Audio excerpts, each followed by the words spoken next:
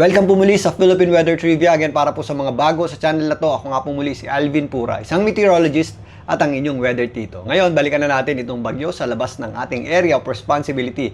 Ito yung tatawagin nating bagyong Francisco. Maya-mayang gabi lamang or mamayang madaling araw, if makapasok na sa ating area of responsibility. Ito nga po ay lumakas pa kagabi at naging tropical storm. Yan po ay nabigyan ng international name na Mekhala. Ang salitang yan ay galing sa Thailand na ang ibig sabihin po ay Guardian Angel of the Sea. Yan po ay unti-unti pang lumakas at sa ngayon, ito po ay may taglay na lakas na hanginan na nasa 85 kilometers per hour malapit sa kanyang gitna at kung minsan may mga pagbugsong umaabot sa 105 kilometers per hour.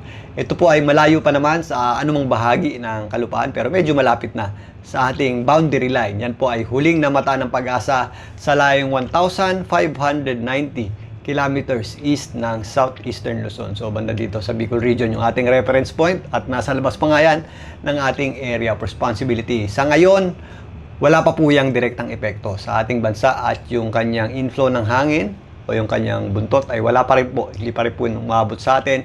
Ito lamang pong easterlies ang nagdudulot ng mainit at malinsangang panahon sa malaking bahagi na po yan ng ating bansa. Pero again, posible pa rin po yung ating mga pulo-pulo lamang o yung mga dagliang pag-ulan, lalong-lalo na kapag meron tayong thunderstorms, although mabilis lamang po is possible po yung magdulot ng malalakas na pag-ulan. So ready pa rin po tayo. Kahit mainit po sa umaga, may mga chances pa rin po tayo ng mga afternoon showers at thunderstorms.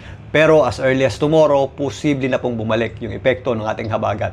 Pag nakapasok na sa ating area of responsibility, ito pong bagyong tatawagin nating Francisco. Talakayin natin yan mamaya. Pero ngayon, silipin muna natin itong official forecast track ng Pag-asa para dito sa tatawagin nating bagyong Francisco. So narito po ang pinakahuling track ng Pag-asa para sa bagyong may international name na Mekhala. Ito po yung tatawagin nating bagyong Francisco. Base nga dito, possible pa po yang lumakas into a severe tropical storm bago pa pumasok sa ating area of responsibility or after pumasok sa ating area of responsibility, maaaring ngayong gabi or mamayang madaling araw o early morning bukas. Ito pong bagyong ito, if ever makapasok na, ay bibigyan natin ng local name na Francisco o ang ating pangalawang bagyo ngayong buwan ng Hunyo. Ito po ay posible pang lumakas habang binabaybay itong area ng East Philippine Sea. Sa ngayon, base dito, hindi natin na ito nakikita pang maglandfall or tumama sa lupa. Pero yan po ay magkakaroon ng close approach o didikit dito po sa areas ng extreme northern Luzon at eastern section ng northern Luzon. Dahil po dyan, kung mapapansin nyo, meron tayong kulay orange dito. Ito po yung ating at least tropical storm winds. Yan po ay mas lalawak pa sa mga susunod na araw, lalong-lalo na sa darating na Lunes hanggang Tuesday. At yan po ay sasabit yan po sa mga areas ng extreme northern Luzon. At ito pong areas ng northern Luzon, yung eastern section yan, ang area ng Cagayan. So sasabit po yung wind field at outer rain bands at maging yung buntot, yung inflow ng hangin. Itong bagyong tatawagin nating Francisco, dyan po sa general area na yan. So maaari pong magtaas ng tropical cyclone wind signal ang Pag-asa dyan kahit sa ngayon wala pa tayong nakikitang landfall scenario. At pupunta nga ito sa area ng southern Japan by Wednesday hanggang Thursday. Pero again, habang tumatawid po yan, maliban dun sa kanyang direct effect or pagsabit dyan sa itaas na bahagi ng ating bansa, ito po ay mag-e-enhance o magpapabalik na ng ating habagat as early as tomorrow. So magsisimula po yan dito po sa ibabang bahagi ng ating bansa. So yan naman po ang pag-usapan natin ngayon.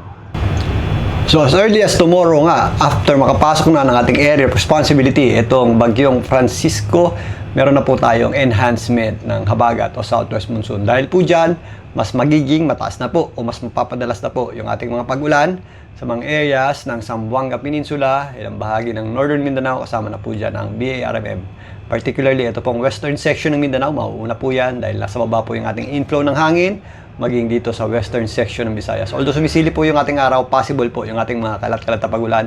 Kasama na po dyan ang rehiyon ng Palawan. Ang natitirang bahagi po ng ating bansa, mga localized o mga isolated na mga pag-ulan at thunderstorms pa rin po yung ating aasahan. Hindi pa ganun kalakasan or kalawak yung epekto ng habagat by tomorrow. Pero again, may mga possible rains na po tayo na maaaring idulot niyan. Sa darating na Lunes naman, aakyat na po yung ating bagyo. Kasabay po ng pag-akyat niyan, magkakaroon na rin po tayo ng effects ng habagat sa natitirang bahagi ng Mimaropa, Western Visayas at itong western section ng Mindanao. At maliban dyan, meron na rin po tayong pagtaas ng alon dito sa eastern section o sa mga baybaying dagat dito sa eastern section ng ating bansa. Dahil po, by this time, umabot na po sa typhoon category. So by Lunes or maaring bukas ng gabi, nasa typhoon category na po itong bagyong si Francisco by that time. So by that time, magkakaroon tayo ng pagtaas ng alon sa mga karagatan dito sa mga baybaying dagat.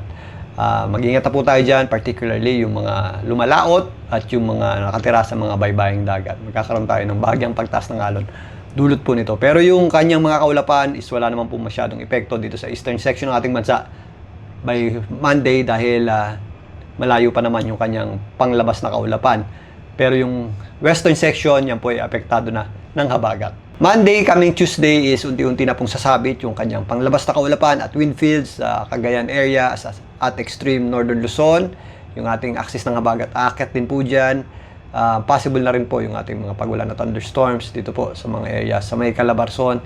Ang western section nito, ang Cavite at Batangas. Nagpapakita naman po yung ating araw pero possible po yung ating mga kalat-kalat na pagulan at mga posibleng thunderstorms. Magpapatuloy pa po yan hanggang Wednesday. Sa Metro Manila, increasing na rin po yung ating chances of rains at magiging mas maulap na po yung ating panahon yung papasok po ng Wednesday if ever nandito na po sa itaas na bahagi ng ating bansa.